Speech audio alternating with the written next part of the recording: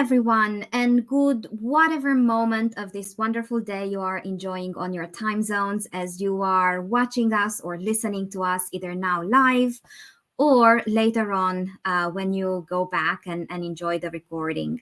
Welcome to mid November, if you can believe it, and also welcome to day 5 of our November series. My name is Minola Jacques. I will be your co host for today. We have Jessa, as always, taking super good care of us backstage and making sure that we are all smooth sailing technology wise. And we have an amazing lineup of speakers who are just dying to come on stage. So, Jessa, can you please pop them up on the screen? And we will be spending an amazing hour together touching on expanding talent pipelines with neurodiversity and intergenerational talent. I must say, I did practice the title of the panel because intersectionality and intergenerational are always a tongue twisters for me. I will ask all of you in the audience just keep popping comments on where you're connecting from. We're always curious to see where Hacking HR takes us on a trip around the world. And also a big ask for your help to develop this community, because one thing that we learn is that everything that we touch on gets so much richer with your insights across geographies, across generations, across your own experiences within the workplace or around the workplace. And when you drop your insights and your reflections, as well as any other resources that you have found useful in the past, it helps the community growing and growing. So please do consider this conversation as much yours as it is our wonderful speakers. So we will aim to wrap it up just a handful of minutes before the full hour so that people who roll over into the next conversation can stretch a little and get a glass of water. But we will make the most out of our time today. It is a joy, it is a privilege to see you all on the screen, and let's kick it off. So very easy, the round of introductions, and shortly introduce yourselves. And also, if you can share something that you're comfortable with sharing that makes this topic so near and dear and meaningful to your heart. And you know the drill is clockwise. So just welcome. It's so good to see you. Thank you so much, Manola. My name is Jess McGregor. I use she, her pronouns, and I work with an organization called M&R Strategic Services. I think one of the things that really makes this a compelling topic for me is because I live at the intersection of these two topics. So that's what really brings me here today and the perspective that I bring to the conversation. Thank you so very much. Paco, a joy to see you. I was looking forward to a panel with you. Likewise, Minola. Thanks so much for your service, helping out the community as always, and very excited to be with Jess and Sundari. Paco Farias, based out of the Houston area in the U.S., and a couple of decades in the people and culture space in small, large, medium enterprises. At the moment, I'm doing consulting and partnering with other companies in a variety of topics. And this topic in particular is very interesting to me because, as Jess said, I am also kind of in the middle of the two. But just to go into vulnerable territory now, I have ADHD and dyslexia. So surviving the corporate world with those two things has been quite a journey. So happy to have a conversation about it. And a lot of people just don't talk about these things. They're taboo. And I'm very lucky to be with all of you to try to keep pushing for us to get out of that taboo. Thank you so very much, Paco. And Sundari, I don't believe it's been 24 hours since we shared a screen last time. The beauty of hacking HR. We keep coming and coming back. Thank you so much. Lovely to be with all of you, Minola, Jess, and Paco. I run a leadership consultancy practice where I say my big, hairy, audacious goal is to help leaders be more human at work through business storytelling. I think for me, the lens that I'm coming from actually takes me back to my teen years. there was this beautiful book written in Tamil, which is my mother tongue, by this authoress called Shiva Shankari. And the title of the book is Bridges. And it actually talks about culture change, habit change, how people have changed from a protagonist point of view across various timelines. 1907 to 31, 1940 to 64, and so on, three different timelines. And for me, reading it at that point, when I was living in a three generational household with my grandma, mom, and me, was very personal. And then when I was reading a Harvard Business Review article about getting the best out of a five generation workforce, I was remembering two lines from that book. It says in Tamil, Tappu Kanakku, Tavarana Kanippu, but it translates to wrong maths, bad estimation, which is what happens between generations, between people as we tend to label them. So that's what I want to bring to the conversation today. It's so wonderful, and I can't wait to dive deeper, and I can almost feel the questions of, is this conversation recording coming up? So yes, the conversation is being recorded. You can check it later. You can recommend it to your colleagues and friends, either straight from our LinkedIn space or hackinghrlab.io.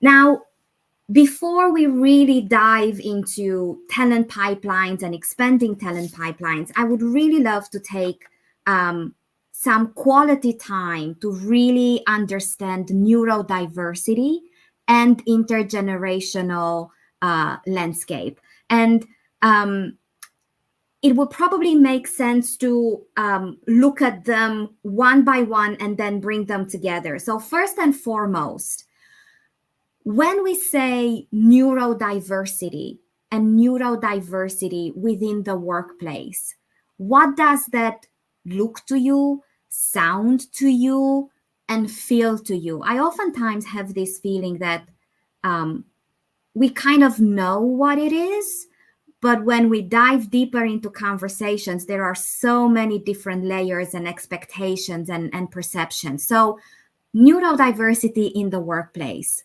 What is that? And I will leave the question there and consider this the training the fingers for the unmuting competition round. So let's see who goes first. Yay, Paco! We have a winner. That's so funny. If you asked me this question 20 years ago, I wouldn't even have a clue on how to answer, because I would be like, oh, what is that? And what is that term? And probably I would go into some sort of psychology or something like that, rather than in something more widespread that it's now. So the way I interpret it is our body chemistry and specifically our brain chemistry and composition. We're born with certain things. And given the advances in science and all of the different disciplines around it, allow us to be more open to understanding that each one of us may have specific things or conditions or whatever you want to call it that makes us special.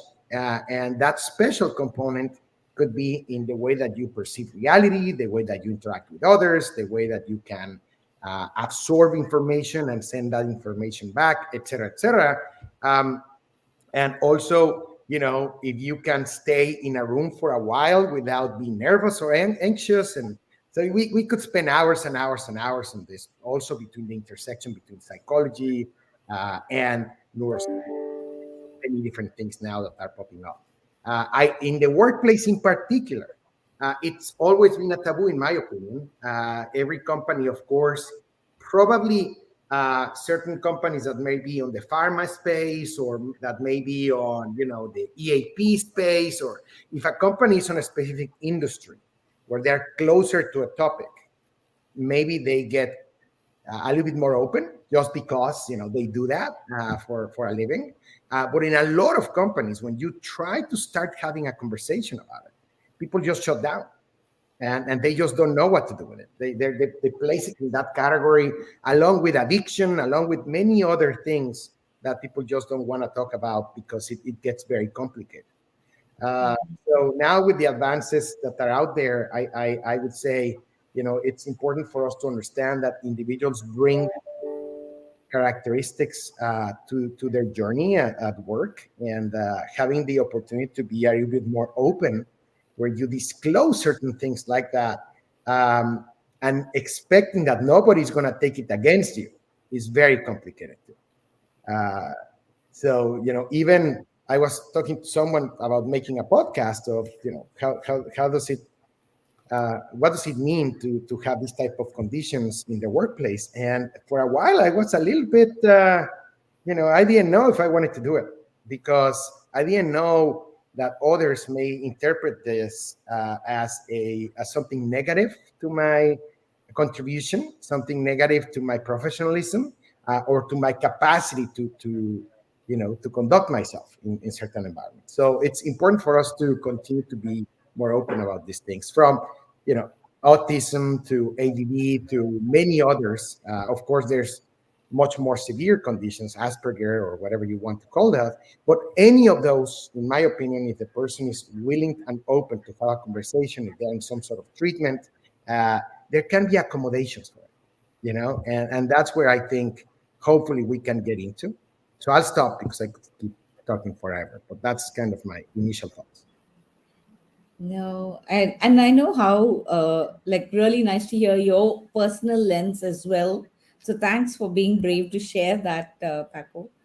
I want to just bring the facilitator or a coach lens, and that's how I see leaders as in an organization. How are you reading the temperature in the room? How are you changing it then to amplify everybody else's presence? And I think looking at some of the people who are role modeling those is a great way to learn what it means and how to respond. So there was a person by the name Raghu Krishnamurthy. He was the ex CHRO at GE. He was talking about the future of work, and he shared an example about a person who was working with them who was on the autistic spectrum. He explained that the person was really finding it difficult to pick up cues, especially on video calls when the entire organization was working from home. So, for 1 or 2 weeks, he was just interrupting people when he should not be interrupting. He was silent when he needed to speak because he was missing all the cues. And that's when his manager listened with her eyes. She called him up and said, "What's wrong? Help me understand. You don't seem to be where you should be. Is there something I can do to help you?" And he was so grateful for that conversation. So he told her that he was on the spectrum, though it was not very obvious, and he was struggling with the cues. And then she said, "Okay, I'll figure out a solution for you." And over the next couple of meetings, she created a new protocol saying every time somebody wanted to interrupt, they would hold a pink slip. Or if someone had finished speaking, they would say, "Roger," like you do in a walkie talkie or something like that. So people found it obviously strange at the beginning, but she explained to them that one of the colleagues was finding it difficult to follow.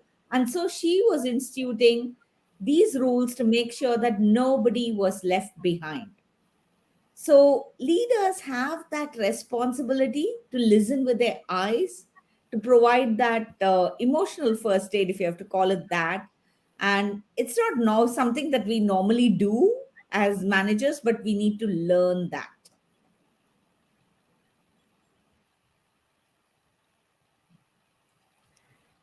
Thank you both. I think those are beautiful ways to share some perspective on this as well. And I think, like, from my perspective, the neurodiversity and neurodivergence is something that really also it can show up in so many different ways, and in the perspective that people bring to a conversation, perspective that they bring to their supervising and management styles, and how they make connections between those pieces of information that are kind of incoming and what they want to share going outward.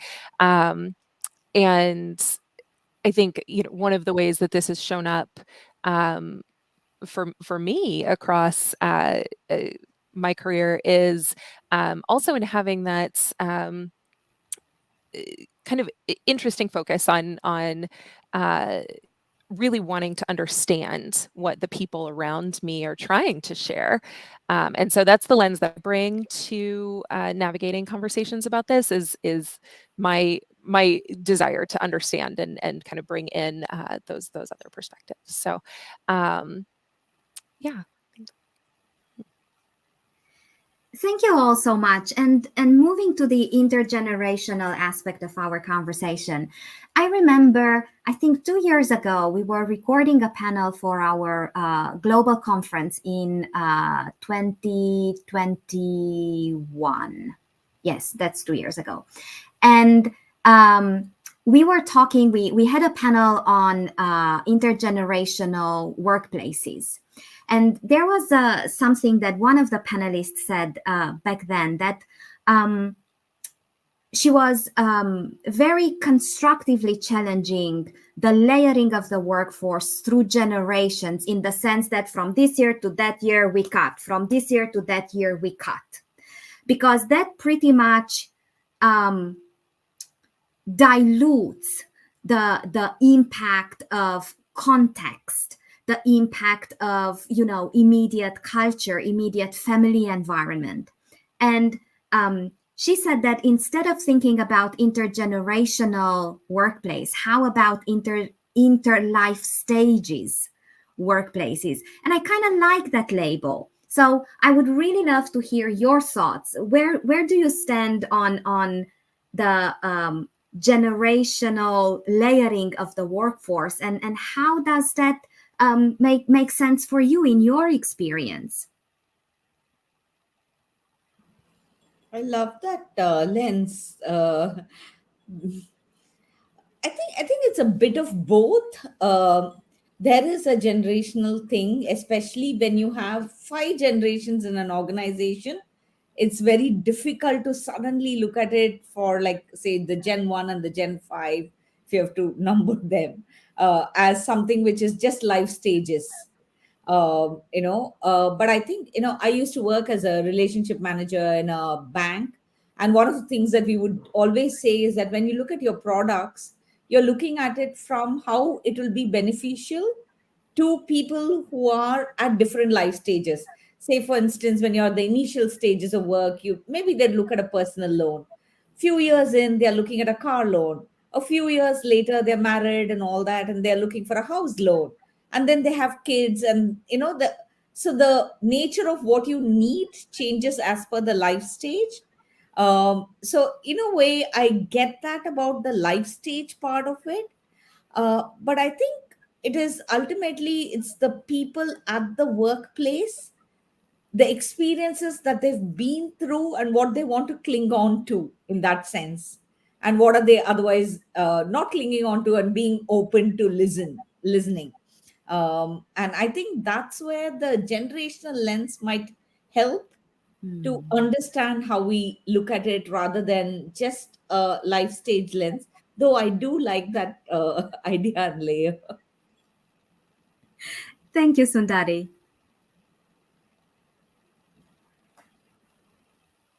Oh, I see a competition going there. Paco. I really was trying to get here. Well, this is fascinating because, particularly in the last company that I worked for, startup, I'm 46 years old, and I was the second oldest person. That was just fascinating to me because, but talking a little bit about everything that we just talked about, and I'm married, but I don't have kids as well, which is also puts me in a very interesting, weird category in the middle of a lot of different things. So people try to put me into different categories, but I kind of, squeal my way out of different categories just because in certain points, I am an early adopter of technology and a bunch of other things that if people would group me in a specific age bracket, they would potentially think of me as old school thinker or whatnot. While in reality, I was even more technology prone than several 20 years old. So the point here is, from my own experience, and also, of course, looking at different individuals, it's important for us to understand that there is clearly a component of whatever generation they're born, they're exposed to certain things, yes. But to be, one of the things that I always try to tell people as much as I can is, do not group everyone on the same category just because. Do not. You can use it as a starting lens. Yeah, that's fine. But always keep your eyes and ears open for individuals to be outliers within, for example, I can tell you, I can see 20, 30-year-olds almost behaving like boomers, and I can see 60-year-olds behaving like Gen Y or Gen Z or millennials. So it's important for us to have different frames of references, but always have more openness to understand that individuals might decide to behave in a different way. And it connects, of course, with diversity and inclusion, particularly when it comes to having open environments for individuals to be able to express in different ways. Now, if we talked about ageism, which some individuals in the chat are saying, that is even more difficult. I think a lot of us have either been part of one side of the spectrum or the other, and a lot of that is just sometimes natural, society driven. So it's good for us to create the opportunity for individuals to understand that we, starting by us, our own biases regarding ageism. I recognize that I have been ageist at least in my brain with some individuals in the past, because it has just society dictated me to do that. Now, if you're able to recognize that, number one, and then open up your conversation with others, and then starting to find different opportunities to provide individuals with equal opportunity to contribute within their own capability, as you were saying, Sundari, that's where the magic happens. Because, of course, we can talk about the movie The Intern with Robert De Niro and the things that he brought in as an intern to, yes, it's a little bit exaggerated, but it's true. The amount of experience that someone can bring and the wisdom that someone can bring to that experience is priceless. So some quick thoughts about that. Thank you. Jess, it looks like your second time in the hot seat of going last. I will try to remedy that. That's okay. I kind of adjacent to what Paco was just sharing, the one of the areas that I think is really important in supporting intergenerational talent, and also kind of understanding the shifting landscape of the employment industry, is really understanding how the idea of employment has shifted. Early in my career, for example, like it was really common for people to look at a resume and say, oh my gosh, this person has 10, 15 years of tenure in a position at the same company, and that's perfect. That's exactly what we're looking for. And today, that's really, I think, rare in my experience to find that. And like the things that an organization, the roles that an organization has traditionally viewed as really entry level, might really be appealing now to someone who has extensive experience in the position and with the work, or less experienced candidates might have really quickly built the skills that they need for promotion and to occupy roles that were held in the past by more tenured workers. And I think like that, it can be really demoralizing. It can cause some attrition if organizations don't, make that internal shift to recognize that and really understand how to kind of build out some of the benefit offerings and the career ladders that are needed by folks who have shifted their personal perspectives of what they want in a career or a career path over time. Sundari, please. Yeah. No, just want to add on, beautiful again connection, a lot of connecting thoughts coming, and I wish we were all in a room together and really building on this in that sense. To just point, I think it's also to playing to each person's strengths. I'm just fresh off a TEDx event that we curated in Hong Kong, and a beautiful combination of a lot of people with experience.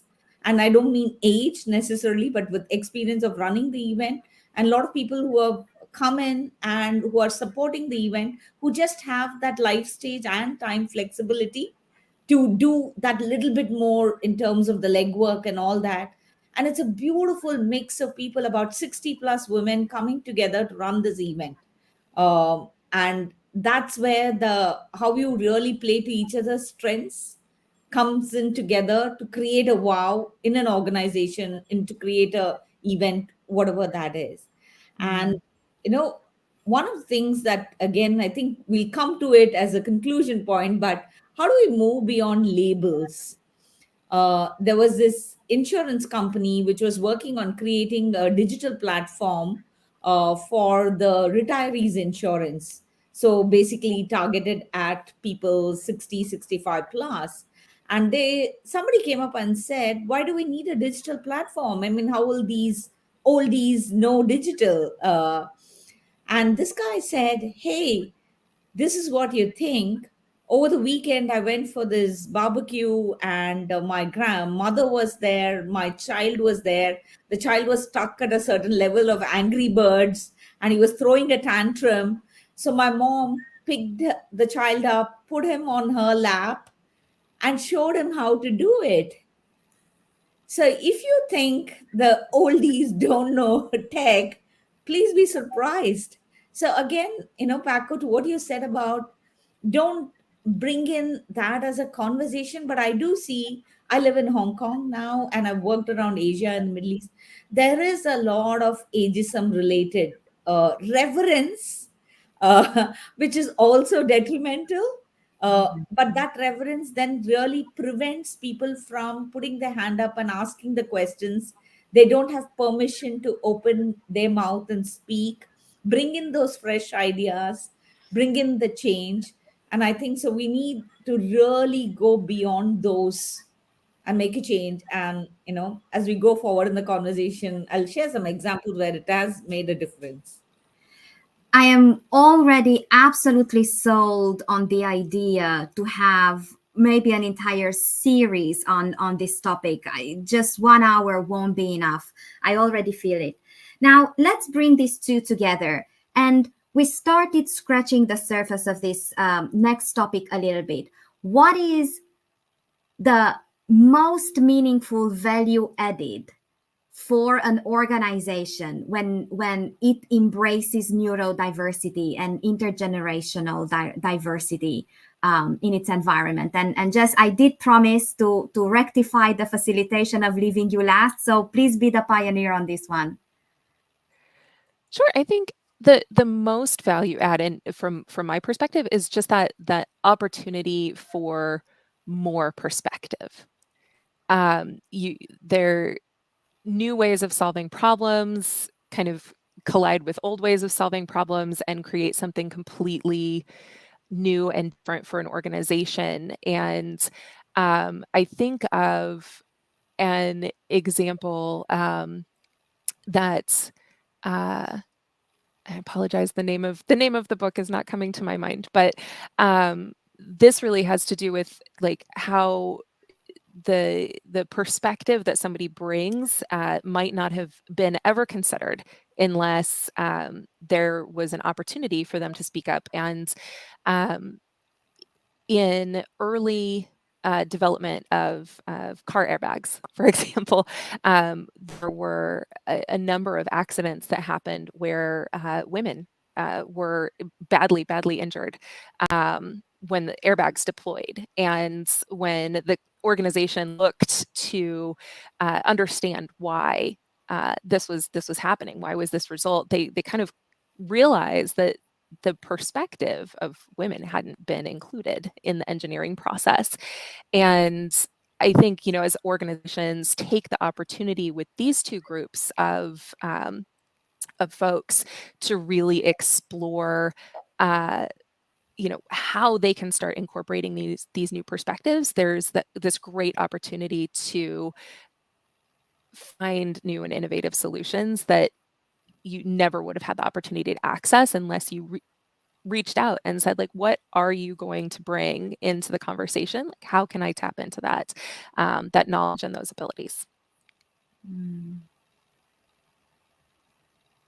I see a lot of vigorous nodding on the screen. That's always positive feedback.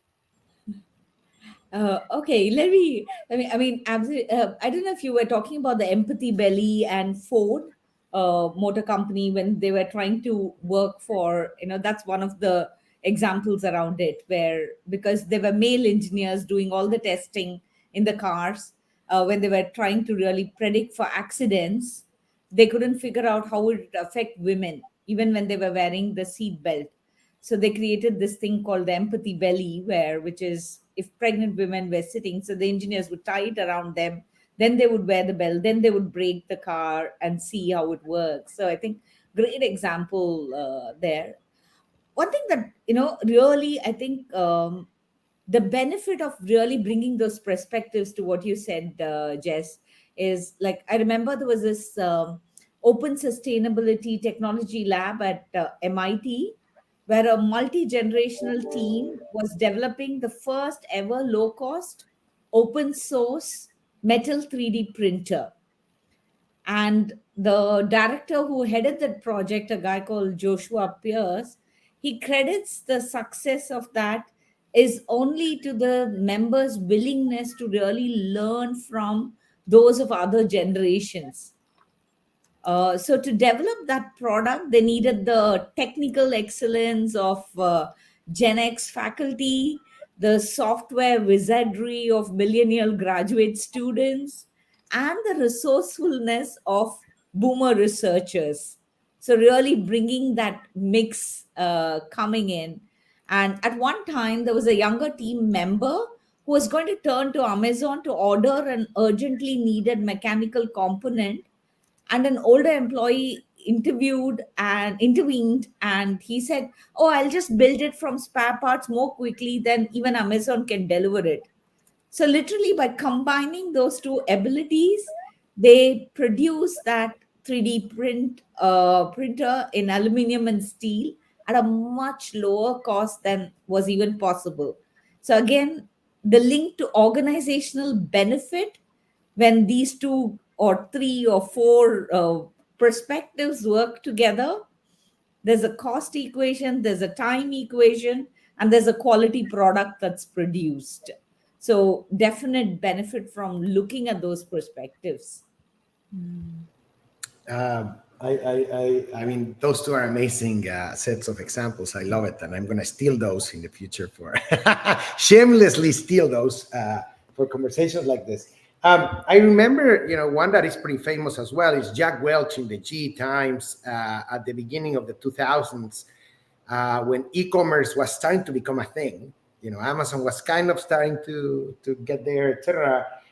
Saw that one of his senior leaders had a reverse mentor, which means, a 21-year-old or whatever that was an intern or a very early hire that was kind of pretty good at this internet thing.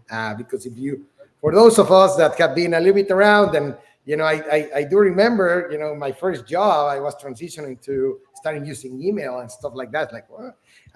So they loved that thing, and then they started getting all of these reverse mentors, or inverse mentors, whatever name you want, where all of these kids were teaching these executives how to do this internet thing, and that really made a difference.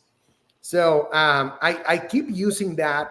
For example, ChatGPT is, of course, one of the ones that I was talking to a very good friend of mine in the HR space a couple of days ago, and she was telling me that she has a team of most of them are on the younger side, and that she clearly sees them using ChatGPT all the time, up to a point, right? Because she now can see where they actually did ChatGPT without even changing anything or not. But it's just fascinating, those prompt engineers that can get there and help you be better on top of many other things. So this reverse mentoring component or inverse mentoring, I think can be a fascinating thing to implement, and sounds pretty easy to do. Of course, I think one of the things that we're going to have to go deeper on is none of these changes actually work if the top leadership of a company is not at least into any stage of buy-in of where you want to do it. If they don't want to do these things, we'll start somewhere, but it will die. So you have to do some significant change to influence those individuals that may want to stop. And of course, I'm going to stop, but I'm just going to plant a seed with my favorite complicated topic, which is return to work or remote work. And that is an absolutely clear example of intergenerational, also connects with, diversity. And I'll tell you, my wife tells me that I'm much better in person than in a Zoom meeting, because I get distracted all the time in a Zoom meeting. I have all these other things, and in person, I kind of have to be, so those type of things it's also a good example of how do you balance out the different mechanisms and tools that you have. Paco, thank you very much for planting this conversation hook, because I did want to open an avenue of conversation around, what are the tools and what are the, maybe platforms and processes to expand talent pipelines. But before we do that, back to your point of stealing with pride, I did learn something from one of our fellow Hacking HR friends, Gary Bowles, and he always says that for him, change is always a three-legged stool. You have mindset, skill sets, and tool sets. So let's park the tool sets for a few minutes. I promise I will come back and collect. And let's spend a few minutes to really understand what kind of mindsets and skill sets are the prerequisites within an organization for this amazing value to start yielding results. And my question is kind of two-layered. What's the mindset and skill set for HR? And equally, if not even more importantly so, what's the mindset and skill set for the wider organization? And probably we need to further layer it to leadership and managers. So I will leave that for the three of you to walk us through. And I see that we are a few minutes already in the second half of the conversation. So I don't even know where this conversation flew. It felt as quick as the whole year, honestly. So mindsets and skill sets, and then we move to tool sets, I promise. Shall I jump in? Yes, please, Sundari. Yes. No, let me look at. I liked what Paco you said about reverse mentoring. So just bringing another dimension and using that as a way to make this point on the mindset piece. So I think it's a great opportunity for HR teams to really bring on board each of the generation's expertise, so we stay relevant. So I think that's an opportunity. It's not a challenge, it's not a distraction, it's an opportunity. So that is also the mindset that we need to bring to this conversation. And I want to use the example of shadow boards, creating shadow boards as a way to explain this. So I'm in the fashion capital of the world. People might call New York that, but like Hong Kong is no less that. So we have the Gucci's and the Pradas here. And so these two fashion companies obviously were really good at keeping up with trends and consumer tastes. But while Prada enjoyed high margins and had great growth opportunities, around the 2014, it started seeing decline in sales. And they were trying to figure out what is happening. And it took them about 3 years to actually admit that they were slow in realizing the importance of digital channels and doing the blogging online with influencers and things like that, who were disrupting the industry. And the CEO at that time went on record to say, we made a mistake. And during the same time, Gucci underwent a comprehensive transformation that made the company very relevant to that marketplace, being digitally savvy. And what they did, the difference was that Gucci created a shadow board of millennials who were drawn from different functions. There were people, talented people within the organization, many of them just happened to be very young. but brought them together and they would talk through the issues with the executive committee and they would focus on those insights. So it served as a wake up call for the executives. So the mindset there is not only bringing them in, but listening to them and acting on it. And this is the difference. And Gucci really took off streets ahead at that time vis-a-vis Prada. And all it did was create this shadow board where they brought relevance for their industry into their life. So they checked, asked, looked around, found, listened, and implemented.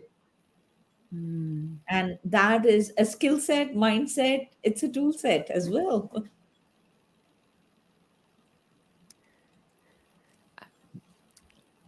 Excuse me, I love that. I think like for me, in both at the HR and the leadership level, I think there's like the combination of flexibility and humility in understanding that like my perspective is not the only perspective, and being willing to kind of operate in a grayer space. Like so often we fall into the trap of like these are the lines of the box that has been drawn by regulation, by rule, by tradition, and really being willing as a mindset to kind of step outside of that box, open the lid, get out, and say, you know, I'm here to bring in another perspective.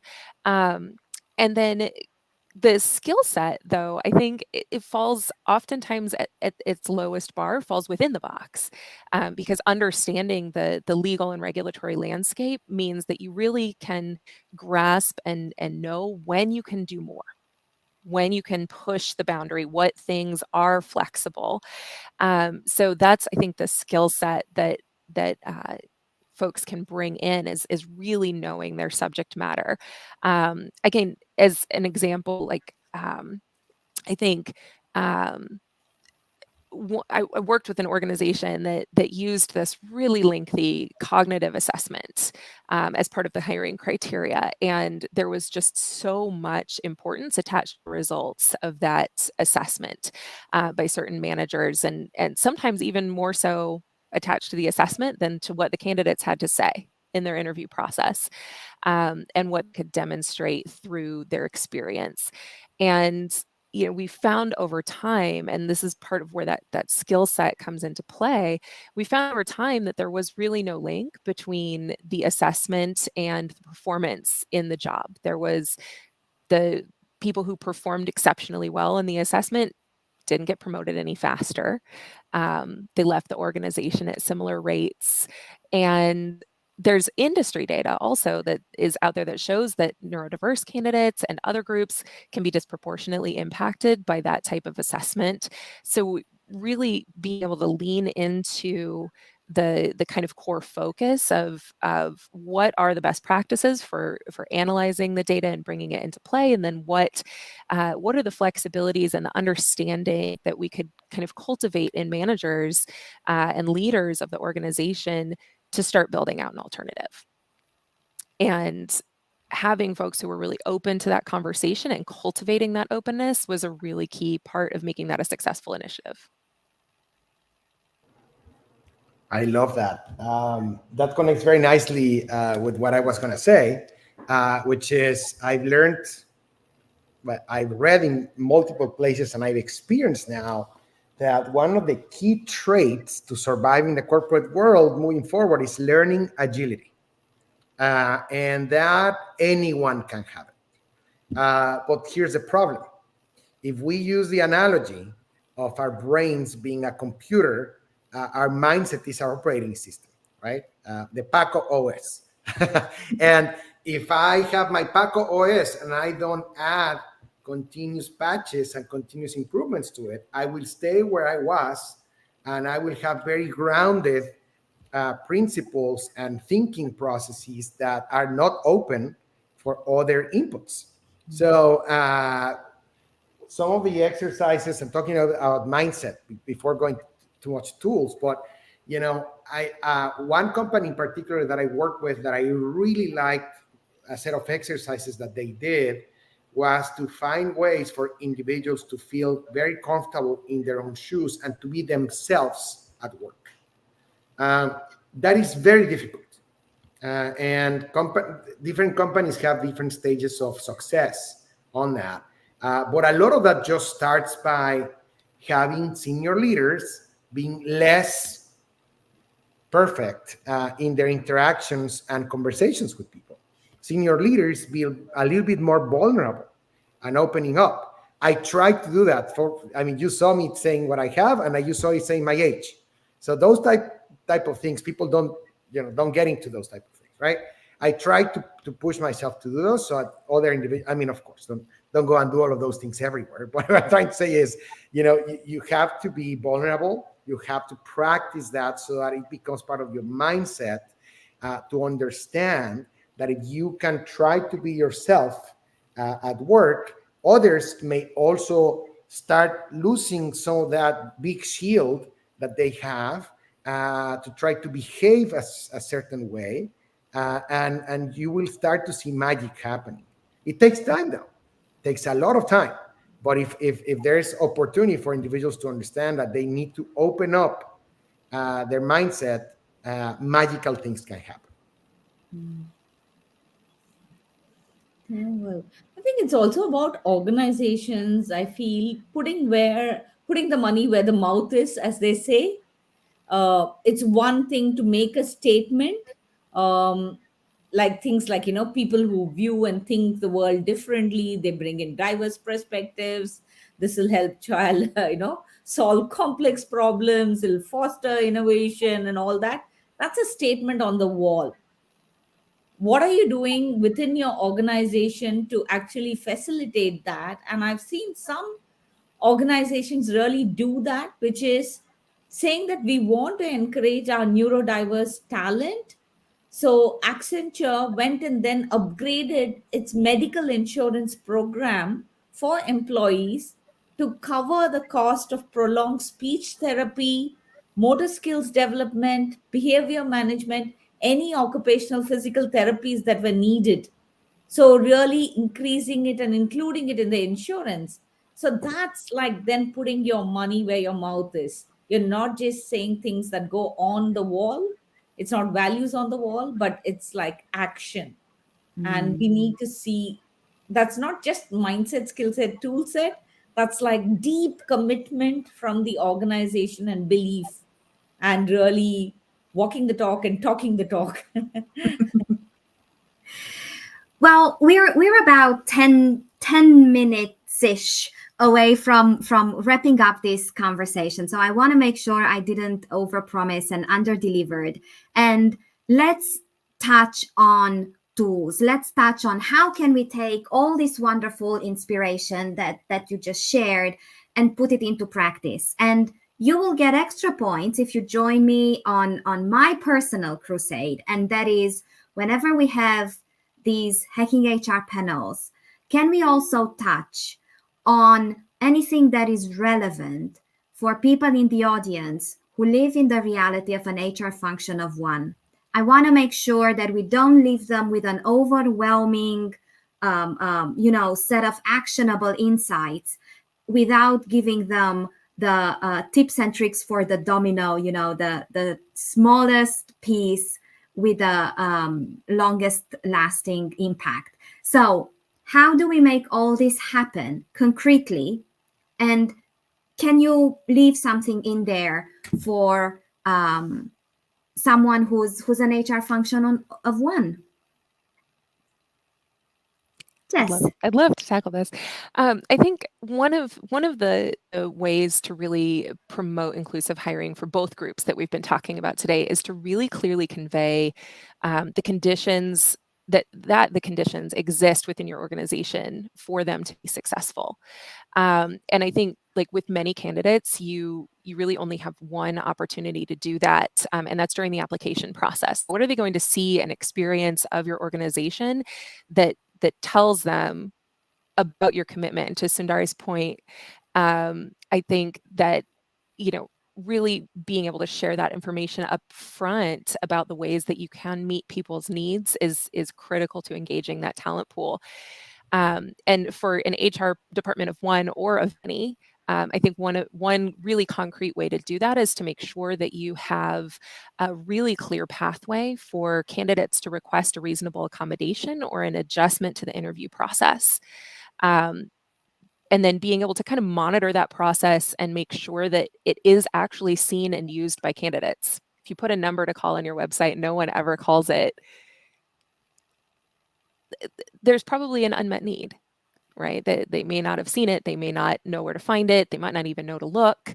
And making some adjustments incrementally there, I think, is really key, because you can identify those particular kind of repeated pain points and consider adjustments that could impact all candidates in a positive way, which is one of the greatest outcomes, I think, of the DEI initiatives around neurodiversity and intergenerational talent, is being able to make a small adjustment that impacts one group in a targeted, specific way that has the benefit across many people.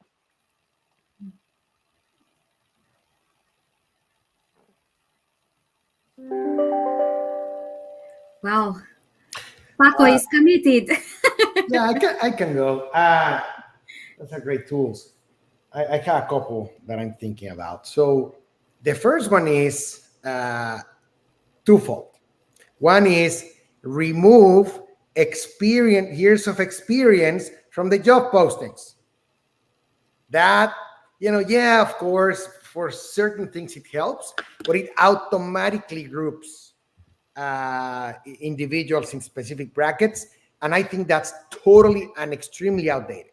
Now, there can be, of course, specific places or specific technical disciplines where you may need, yes, that's fine.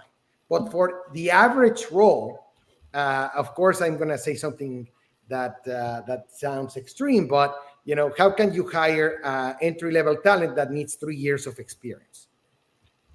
So those type of things are just totally outdated, and I think you automatically group individuals into certain buckets. The second one, we started experimenting with it in a couple of different companies, and there's now software available to help you do it.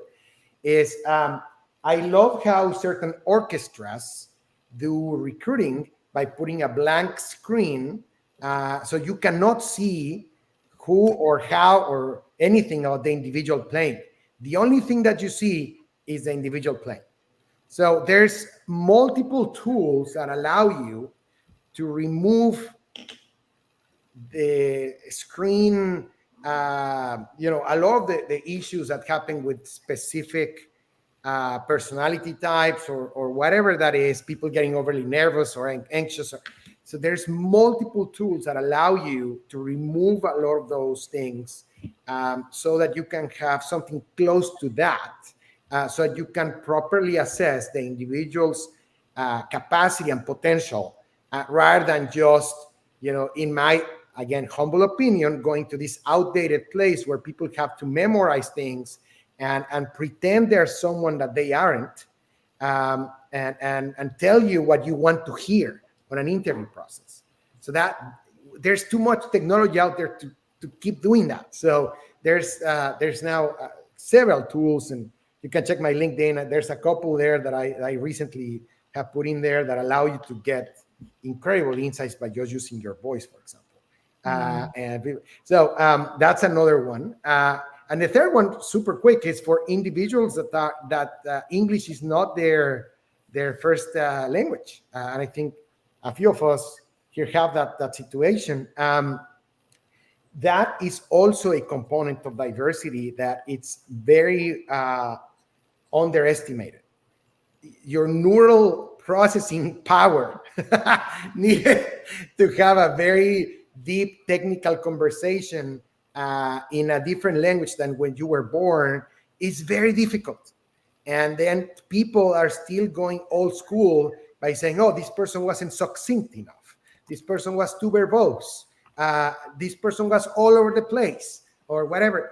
Remove that. That's bias. So there's multiple tools very specifically where you can encourage interviewers to remove that bias from their thought pattern, particularly with individuals that are non-native, but also native English speakers. There's individuals, given their diversity of thought or whatever, that may be less perfect or less posh on their speaking patterns. Well, guess what? You can ask them to write. And it's interesting also to see how people write. That can also be another tool that you can have to see a different way. If someone, for example, has, mumbles or has other type of issues of speech, or just how they put together the thoughts. So there's a lot of those highly practical opportunities when you can add into your interview guidelines or things like that, where you can help visually individuals to accommodate, to get out of those biases that we all have anyway. So, Thank you. Thank you so much. Sundari.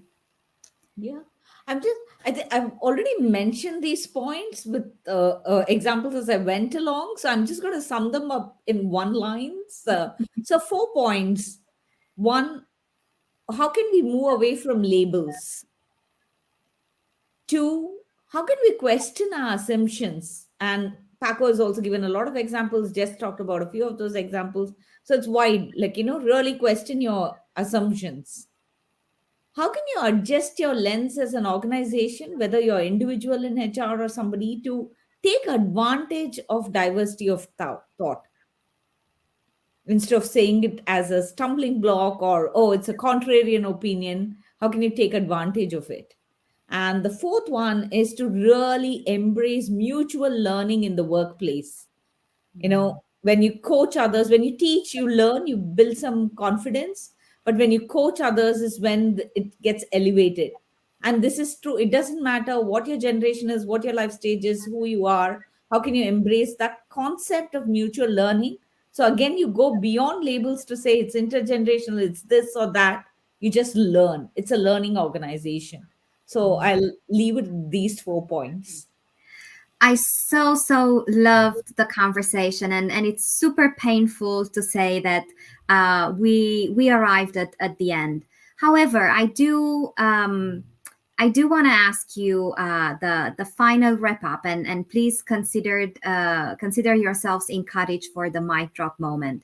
I was wondering if, as we moved through our conversation, something that you felt it was particularly relevant popped up in your mind, and you are like, oh, maybe this is not the moment. Let's, there will be maybe a question later on. So this is your space. If there's something that really felt meaningful, but you didn't necessarily have, the lane for it until now, please. And I will let you think for a few seconds. And in the meantime, I will thank everybody who joined us for this conversation, either now or later. And I hope that you will stay with us for the next one as well. And let's do this maybe counterclockwise in comparison to how we started. So Sundari, something that's on your mind and you want to leave our audience with. I think I shared on those 4 points, but something that I feel is what we talked about yesterday. Leaders are the lighthouses for shedding light on some of these issues. So be that relationship manager, be that person who's looking at the issues and looking at them deeply, looking at the root causes of these issues and tackling them. Have the courage to do that. So be that leader who has that courage. Thank you so very much. I love leaders as lighthouses. Paco. I remember when we were doing a transition to an open space from a legacy, everyone has an office situation some years ago, that a senior leader told me that we have to consider learning styles and thinking styles as well in this type of thing. So I love that she basically told me that she learned by staying, in the classroom, very deep thought, etc. So having all of these open spaces with everyone speaking could not allow her to think. So she needed thinking moments. So that adds a little bit of, let's just be curious as well, because we may think that people will be able to accommodate for anything. Well, let's give them enough opportunity for them to also think in different ways and spaces. Thank you so very much. Jess. Thank you. I think, like for me, one of the things that always floats up in is serving communities in this way is that finding ways to encourage people to kind of let go of the idea that something will affect them personally in a negative way when the opposite is really the goal. So if it's so easy to kind of get into the idea that if I offer flexibility, if I change a process, it's going to be inconvenient to me. It doesn't interlace with the way that I work. And getting out of that mindset is really critical to being successful in delivering on some of these priorities. Really just taking the opportunity to say and recognize that somebody else is going to also fall down if they don't, they might be thinking exactly the same thing, and they might also fall down in that way. So yeah, I think like taking the opportunity to just step outside and consider the other perspective. Thank you so very much. Jess Sundari Paco, you were a joy and a privilege to share a conversation space with. Now, for everybody who already joined for the next conversation, if you can just bear with us for a couple of minutes while we restock on water, enjoy the pre-live dance chair routine, and we will be right there with you. Thank you very much, Jess Sundari Paco. Looking forward to welcoming you again soon. Thank you. Thank you. Thank you. Bye. Bye.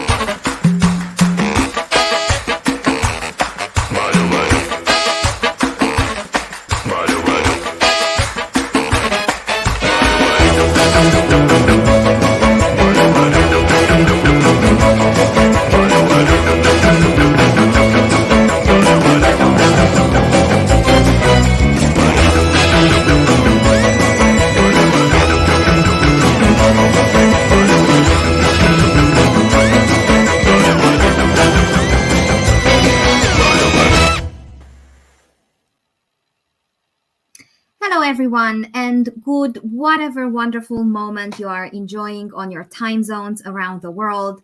Welcome to day 5 of our November series. Welcome back to those of you who rejoined from our previous conversation. It is always a joy and a privilege to have you with us at our conversations. My name is Minola Jacques. I will be your co-host for the next hour. We have Jessa backstage, making sure that we move forward seamlessly with everything tech and logistics. And we are looking into spending up to the hour talking about internal talent marketplaces and internal mobility. Namely, how can we promote ITMs and internal mobility to meet talent needs across the organization? While I will continue to welcome everybody in the audience, Jessa, if you can help me bring our amazing speakers on stage. Please, everybody, make sure that you still drop in comments where you're joining us from, because that helps us twofold. First, we know that we are not stuck in some LinkedIn Live loop, and we have a direct channel of communication with you. And second, we are always curious about where Hacking HR conversations take us traveling around this beautiful world. So I see a lot of energized faces on the screen, and I can see they are all dying to talk about internal mobility. So let's start this off with our signature round of first short introductions. And if you can also share with us, do you have something that you consider as the beginning of your journey in internal mobility? Anything? Was it a story? Was it a person? Was it something else that really made you become champions and advocates for internal mobility? So let's do this a little bit different than before and do it counterclockwise. That means, Sarah, welcome. It's so good to see you on my screen. Great. Thank you, Manola. Hi, everybody. Sarah Seaborn here, calling from Bend, Oregon, in the U.S. in the Cascade Mountain Range. I'm currently a fractional people leader at Blue Ocean. And yeah, I love this question about how did my ITM journey start? So interestingly enough, I was at Here Technologies several years ago, and our CHRO, Kelly Stephen Weiss, had an idea. This was before all of the ITMs really blew up and became such a prominent feature in our day-to-day. And I remember thinking, like, this is a really cool idea, but how will it work? I was an HR business partner manager at the time, so I actually got to be kind of the army that brought it to all 26 countries and 10,000 people at Here Technologies, and got to face a lot of the questions and pushback and the highly analytical people doubting the program, but get to overcome those and roll it out. And we ended up commercializing that ITM, taking it out of Here Technologies, and that's how Hitchworks was created, which was acquired by ServiceNow. What a wonderful story. And I must warn you, there's already a mental post-it to come back and collect on this conversation candy on how to make things work. Lisa, welcome. Good to see you. Good morning, good afternoon, good evening. I am joining from the lovely, very windy Twin Cities in Minnesota today. If you hear something rattling, I feel like my house is going to blow down right now. But it's 62 degrees in November, so who can complain, right? So I am the Chief People Officer here at Perceptyx, and my passion around this actually is quite selfish, to be honest. I was given a chance to leap into the Chief HR Officer role at Ceridian with zero experience in HR a number of years ago. David Ossip, the CEO, who is still the CEO at Ceridian, called me one night and said, listen, I want somebody internally who can build this organization into an exceptional place to work. And your passion and energy is exactly what we're looking for. And it was that experience that set me on this path. And I think the reason I'm so passionate about it is it's an opportunity. We were a culture of curiosity. And I think that that's a big thing when it comes to internal mobility and this concept of a talent marketplace.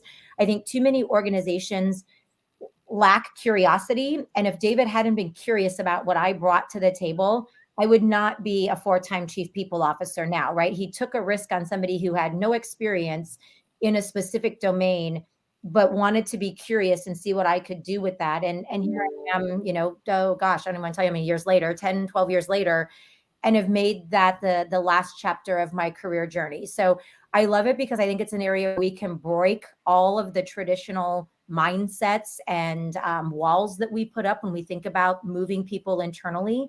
And I'm excited to have the conversation. Thank you so very much. Heather, good to see you. Welcome. Hello, Manola. Hello, everyone. And I am joining from not too far from Lisa up in Chicago, Illinois, in the U.S. So hello, good morning, afternoon, and evening.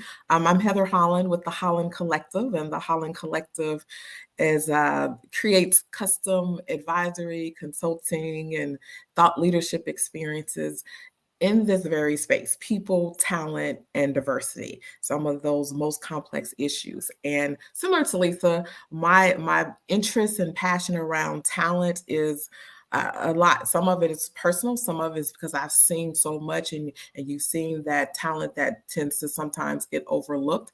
So my experience has been on both sides. So being part of the process and trying to develop an internal marketplace before there was sort of technology. You're moving pieces or moving people around and their skill sets on a board or an Excel spreadsheet, and looking at fit, and coming from an industry like energy and oil and gas that is global. And you talk about global mobility, and sometimes where the expectation is, when you look across generations in a workforce, well, I move, so you have to move.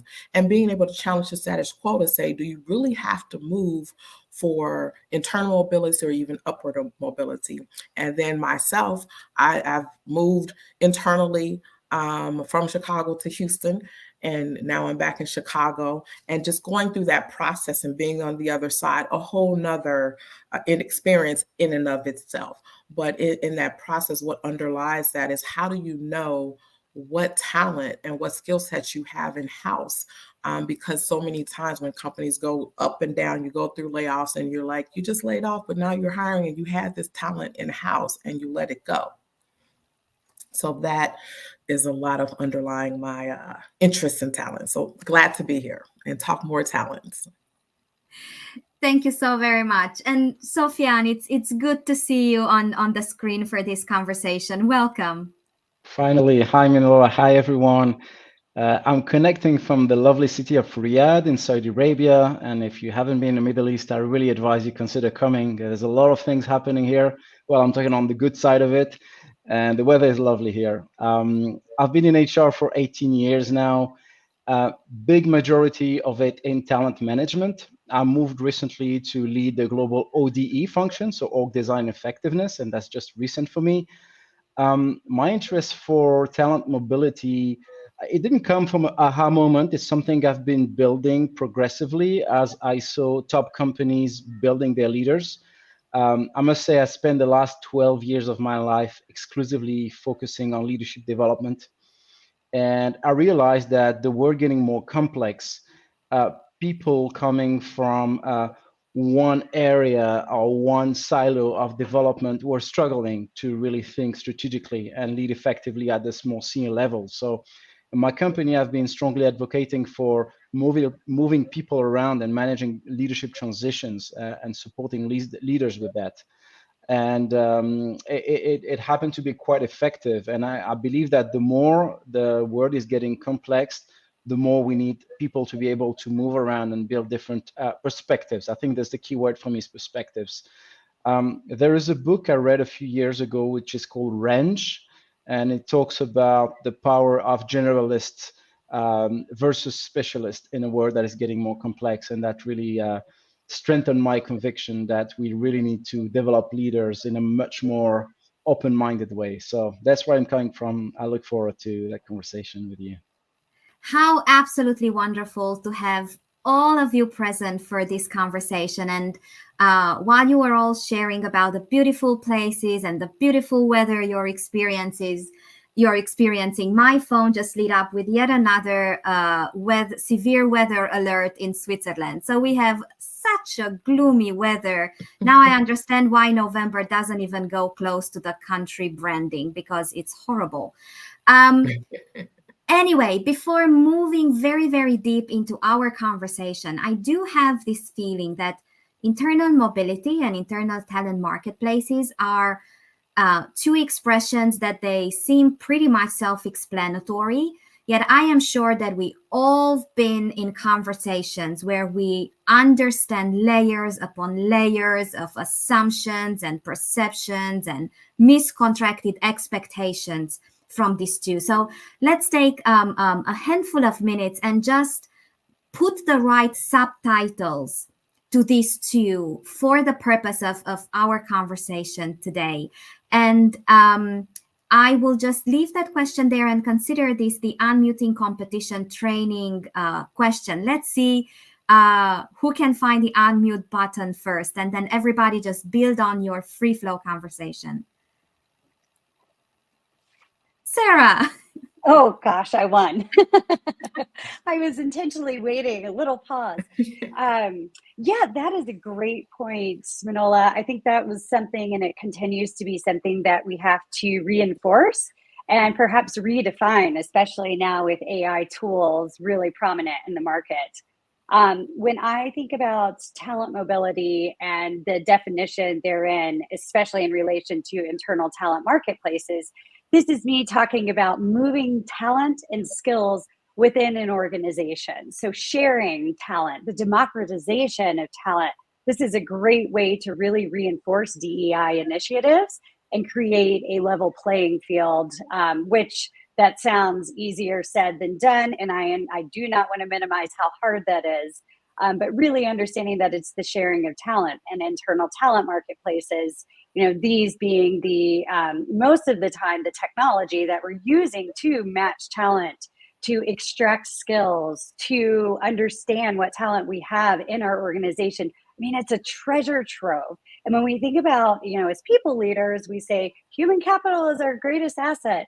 I mean, this is such a smart place to invest because you really get to uproot the talent. And just like Heather was saying earlier, I too have been part of so many layoffs where we're like, we just lost, the skill that now we're going to have to go hire, and we're probably going to pay a lot more for. We're going to lose the internal knowledge, et cetera. So I could go on. I'll pause. I'm really curious to hear my peers' thoughts here on this. Thank you. Heather, I saw you unmuted there, and probably I was too slow to pick that up. No, that's okay.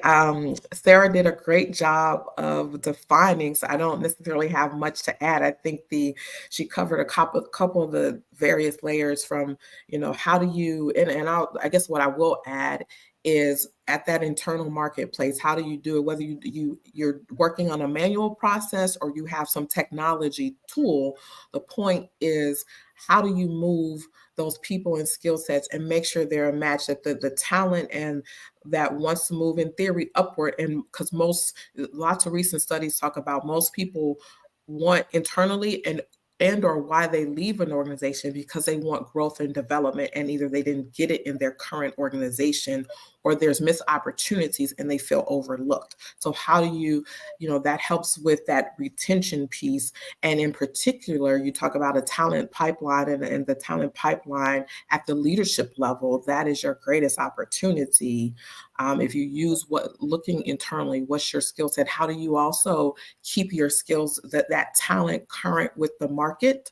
Are you investing in that talent? So to me, that's how you define that talent marketplace. And the mobility piece is moving people around, not just for upward promotion, is it for development and different perspectives and different levels or experience with the business.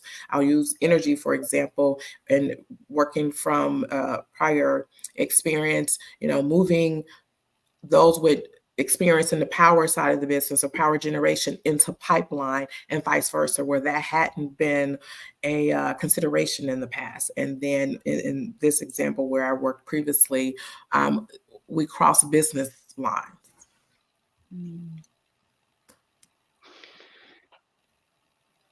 I can go next, yeah. Building on both Sarah and Heather's point, I mean, for me, starting with definitions, like, internal mobility is the outcome, is what you deliver. And the talent marketplace is your enabler, is your solution that helps you do this. I must say that my feeling is that sometimes we focus too much on the technology and the solution, and we let this drive our thinking.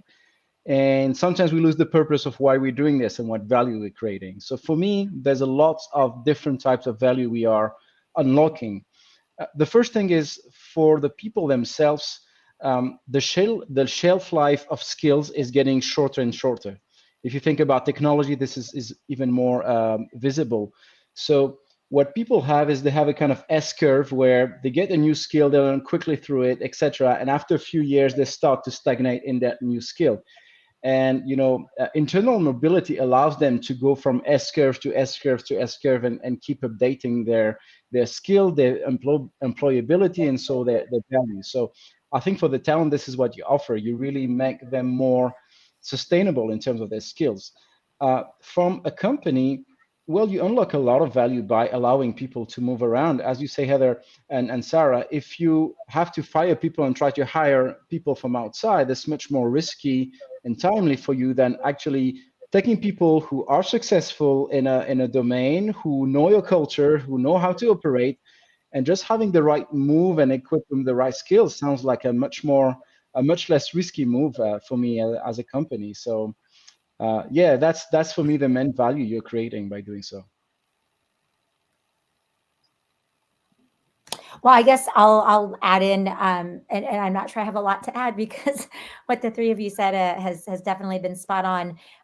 Listen, when we started really focusing on this in my previous life and in my current role, we started with the end in mind. And I think when organizations talk about a talent marketplace or internal mobility, well, at least for me, we haven't focused on that element of it. It's not about the actual internal movement. It's about the fact that talent marketplaces facilitate internal mobility, but more importantly, they truly become a catalyst for cultural transformation, for continuous learning, and for employee engagement. And I think what I've seen to be highly successful is when you start with the why, right? Why we're doing this. We want to be transforming our culture. We want to be a culture of continuous learning. It really allows you to take a different approach to this and make sure that you as an organization are set up to foster that culture of learning, of adaptability, of employee empowerment, right? And I think many times I've seen we get too focused on the structure of this and what internal mobility looks like versus really what those, as you were saying, Sophie, the outcomes, right? Like, what do we want to do by putting this type of experience in place? What business outcomes are we trying to drive? Because ultimately, that's why we do all of these things, right? We want to keep our best and brightest because we need them to continuously transform and evolve our organizations. And I think it's just important that we stay close to why we're doing this versus the technology that enables the process or what the process looks like, right? And again, I've worked for companies who have done it exceptionally well and others who it is a process. It's, hey, we've got these policies. You can't move to another role until you've been in current role for 6 or 12 months. It's the most asinine thing I've ever heard. Move a person when a person's ready to move, right? But there's been too much structure and guardrails around this because we've came at it as a program versus part of a cultural transformation. And I think that's where we really start to get the value from marketplaces, from mobility, et cetera. You have no idea how grateful I am right about now because all of you made my work so much easier. I've been thinking how to bring a highlight of the previous conversation here, and that highlight was it's always a three-legged stool for sustainable change, and it's mindset, skill sets, and tool sets. And Sofiane, you pretty much brought this onto yourself to go first on this one because you mentioned, let's park a little the fascination with tools. So how can we develop the right organizational mindset as a prerequisite for internal mobility?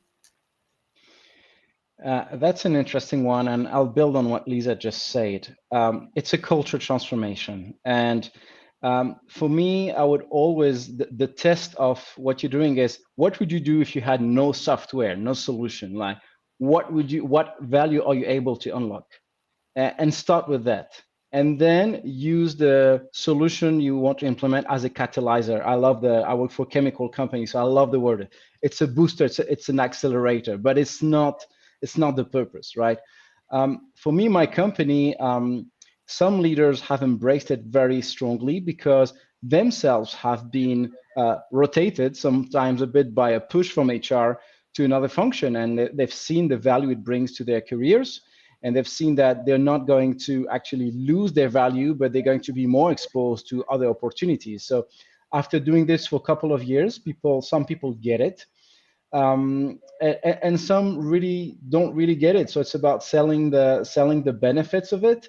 I remember a leader saying, well, one day we proposed a leader, and that leader said, well, so he was a vice president and he had an empty role of director, and we proposed a director from another region and another function. And he was like, I don't know this person. How can I go for it?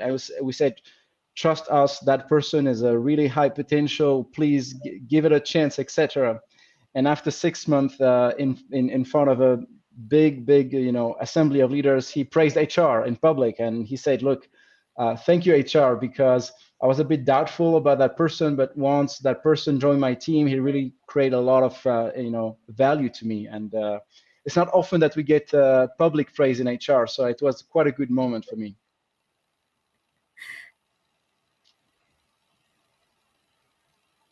Heather. I'll jump in here on the mindset piece. I think when it comes to the internal marketplace and mobility, that becomes critical.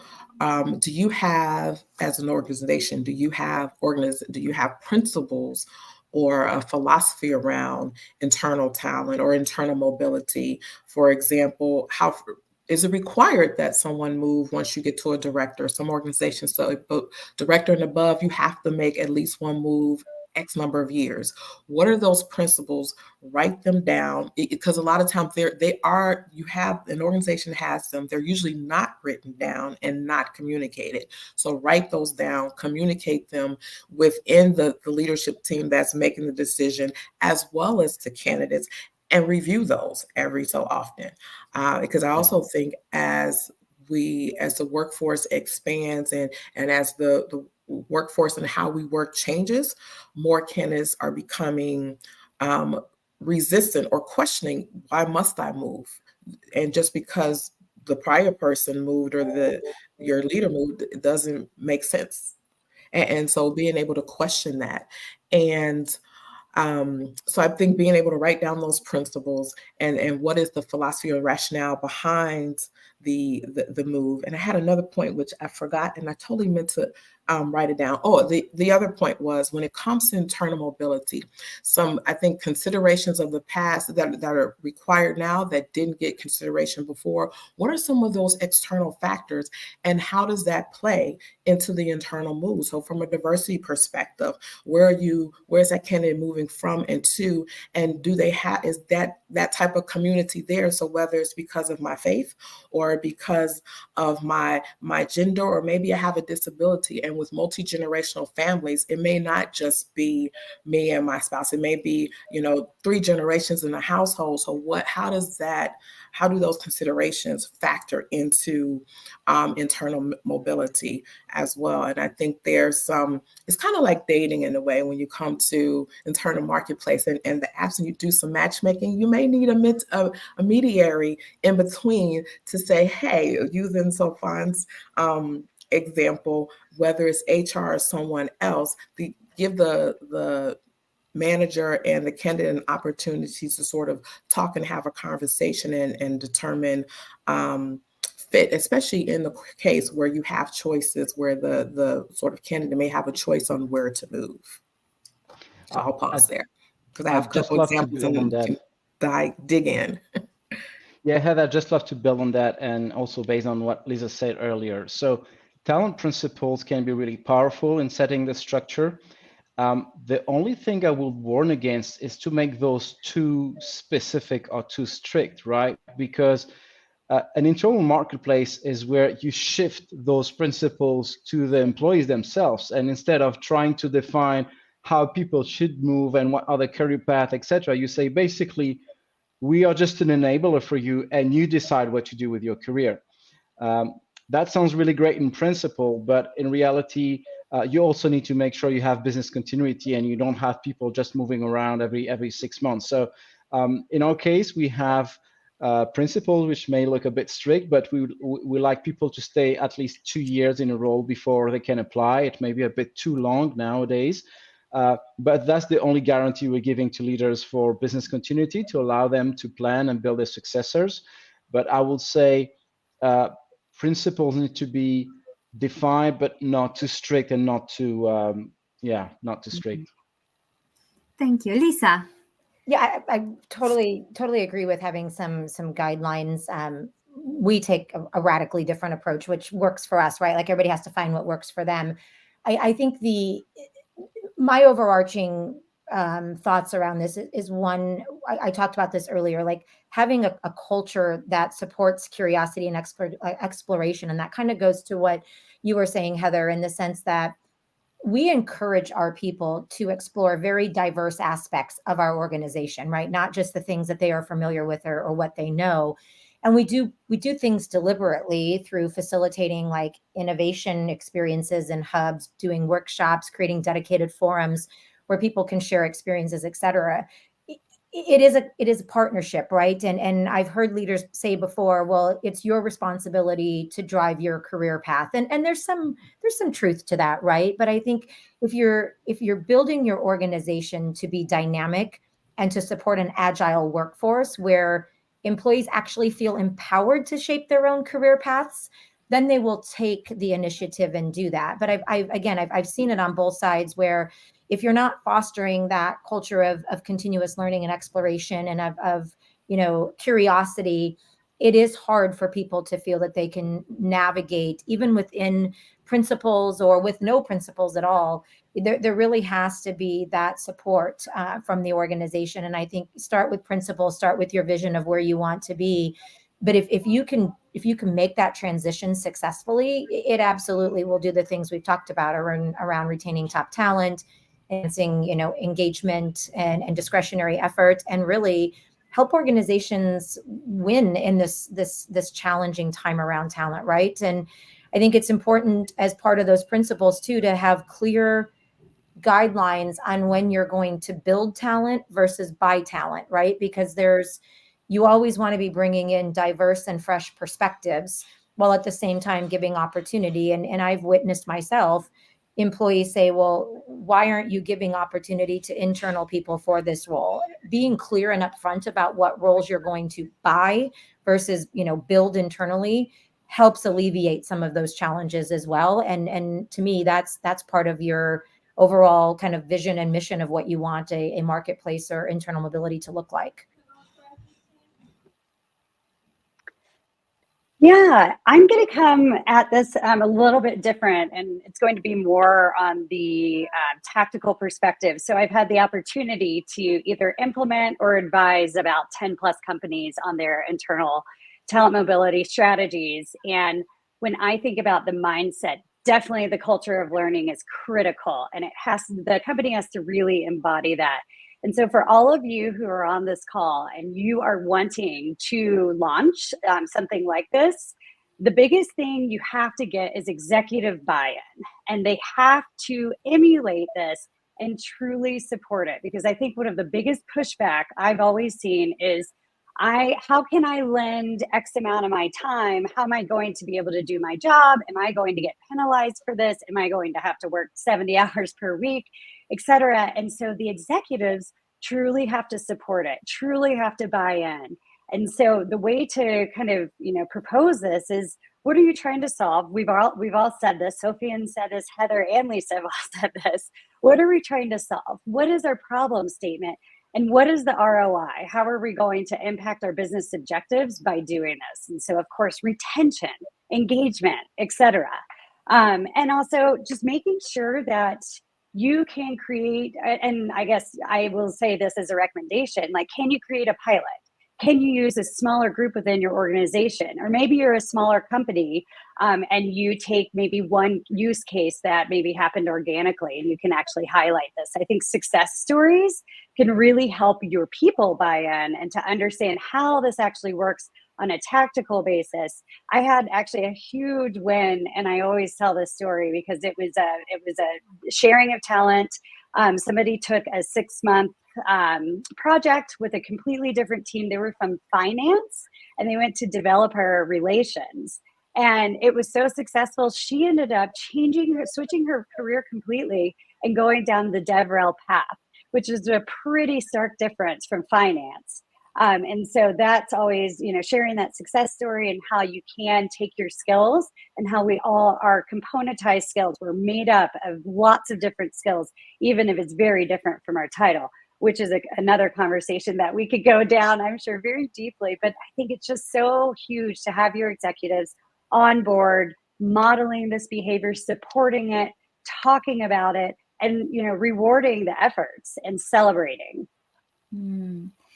How absolutely wonderful. And I see we're already about a handful of minutes into the second half of our conversation. So let's see if we can make it even more practical than all the wonderful stories you've already shared.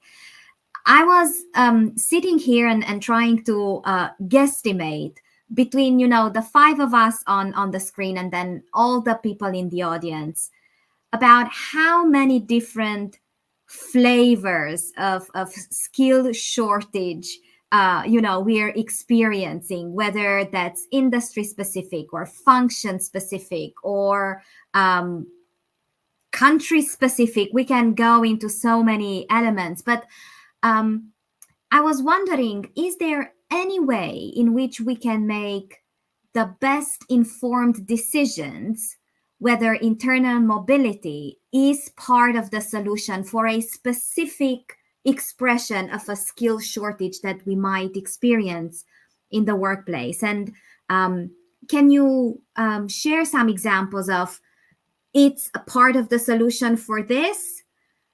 Maybe you should go deeper whether it's part of the solution for that.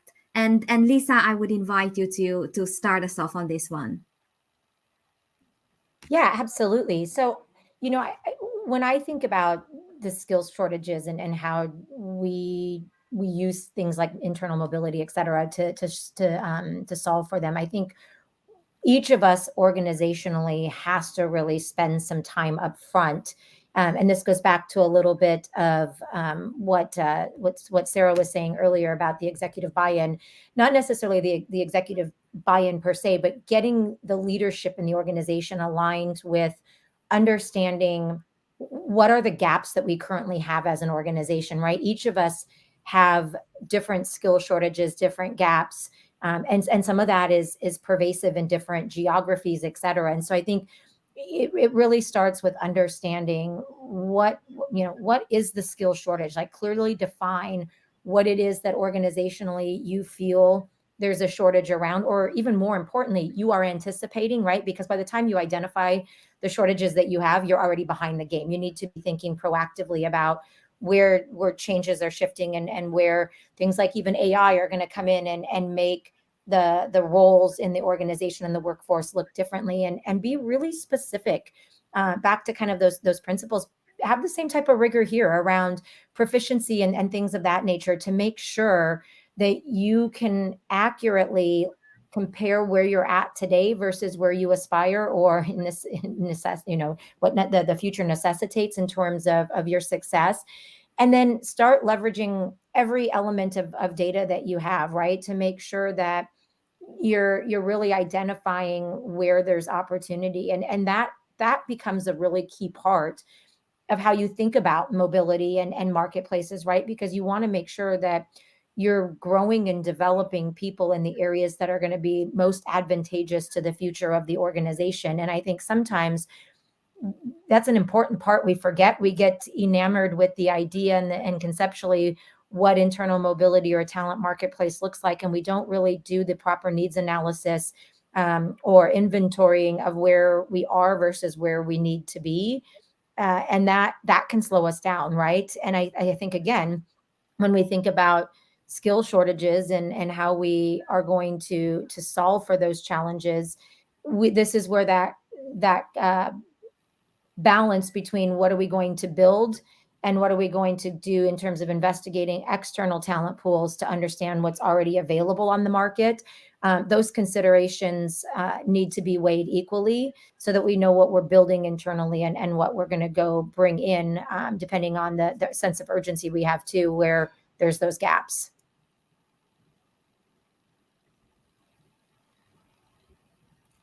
Let's see who jumps in next. Oh, the suspense is growing. Happy to go next. So there's 2 or 3 points that come to my mind. The first thing is I don't know any organization that does not have skill shortages. Even the best performing organization, even think about a best, I know you guys in America is like basketball or football or baseball. Think about the best performing team. They may be the best performing team this year, but they're already looking for next year. Just like Lisa said, it's not just about now, it's about the future. So you never get complacent saying, well, we're good with skills. I think we're pretty good. We don't need more skills. You're always obsessed about, what's needed in the future, right? The second thing where I would say is, I think we are somehow often blindsided by the skill taxonomies or the competency models we're using, because these could make us think that the skills you have in that function are very different from the skills you have in that function. And if you really dig deeper and think about the amount of overlap of skills between what you do, let's say my company in IT or in supply chain, you probably find a overlap of 60% of same skills. So, and it's hard to realize this for people because things have different names. The competencies may sound very different, but eventually, I mean, the work that needs to be done is about, analyzing data, making a diagnosis, thinking critically about something, making recommendation, testing, piloting, driving, adjusting. You pretty much do this in every function. So sometimes we tend to underestimate how transferable the skills are. And that's probably because we put a lot of words that may sound different. So as soon as you realize that a lot can be transferred, it opens your mind for transferring those skills. The last thing I would say is a practical example, since you wanted that, Minola.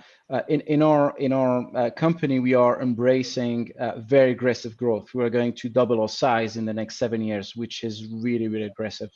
And we've been a company that historically has been very much focusing on growing talent internally, therefore the internal mobility.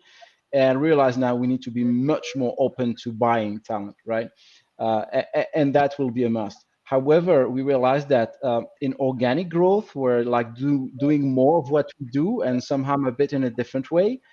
We realize that the people we have internally are the only people who can support this growth because they have the technical know-how. And it's very hard for even people from the competitors to come and use our exact technology and our exact processes and equipment, etc. So what we realize is that you may need a lot of people from outside, but the people who will be driving and making key decisions are your own people. So that's what we are grappling with at the moment. And so when you are doing like organic growth, you'd better rely on your people, although you will need extra hands. But your people are usually your biggest source of talent.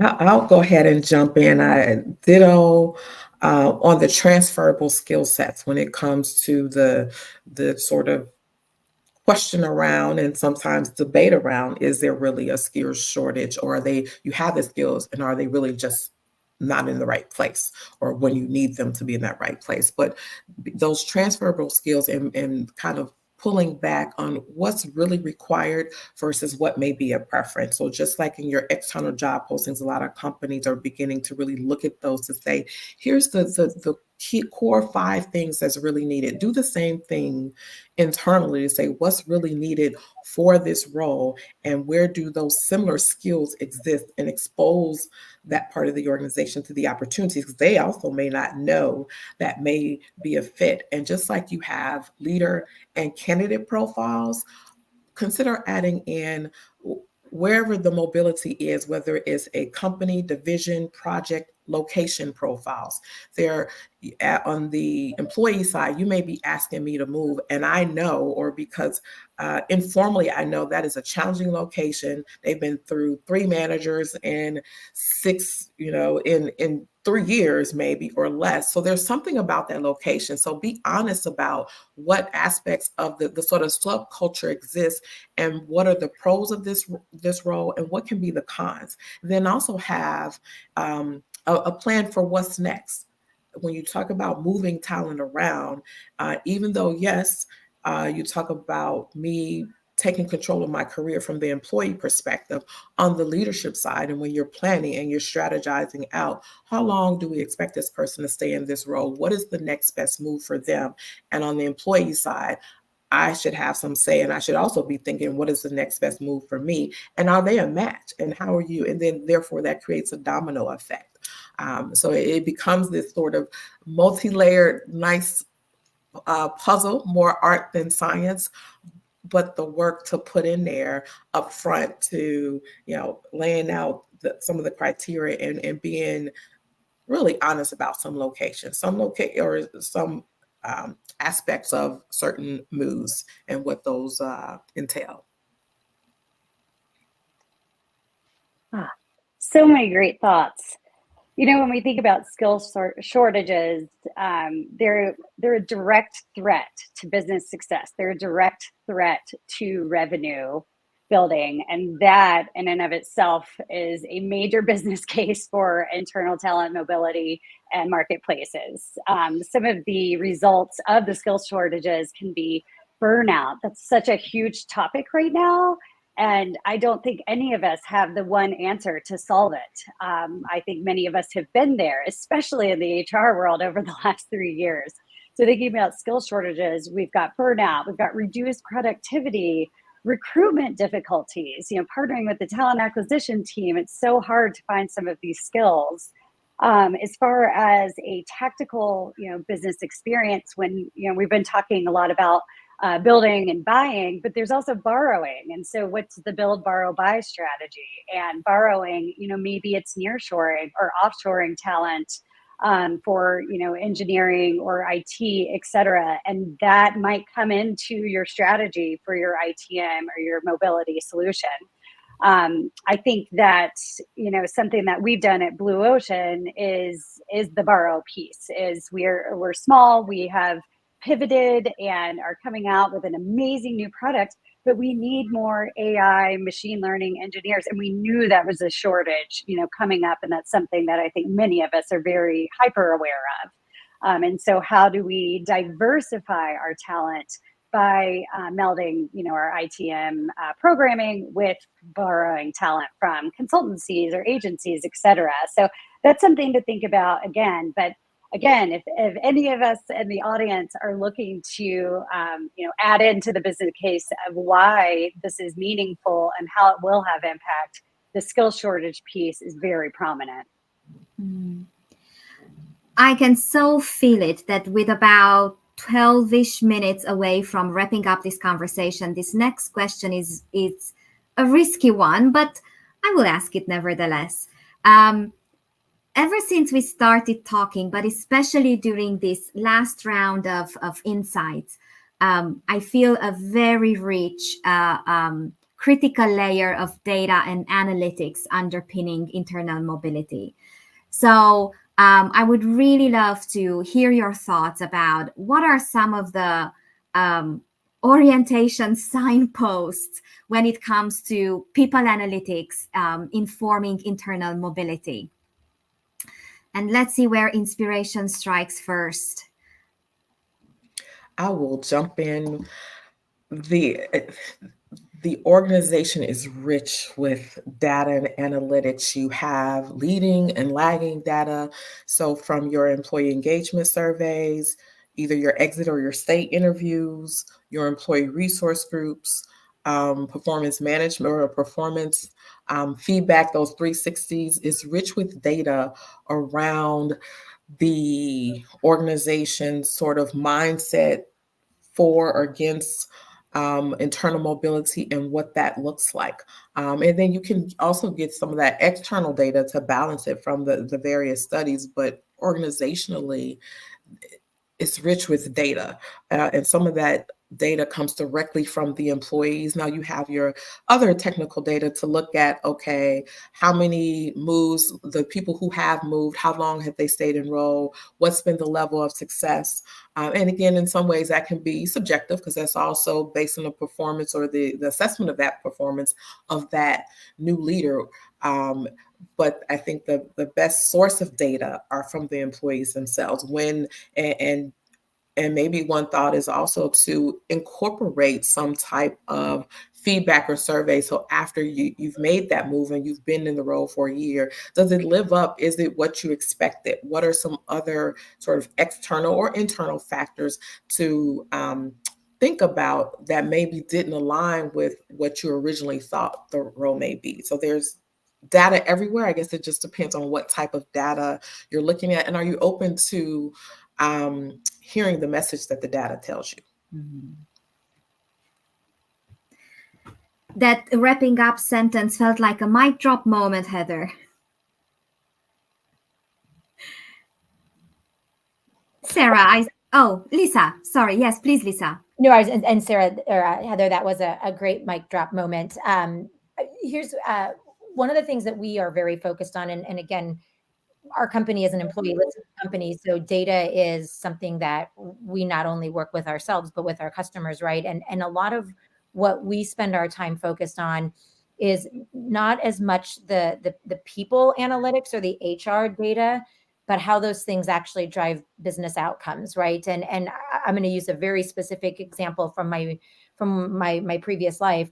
We knew we were not where we needed to be from an internal mobility perspective, and we were able to demonstrate that very clearly because our new hire turnover rates were continuing to increase. And when we, back to what you were just saying, Heather, use those different data points, we were looking at our onboarding versus our exit listening events. And we found a direct correlation in there that the opportunity for people to see a path forward in the organization was not becoming realized in that first 12 months. And in essence, they were turning.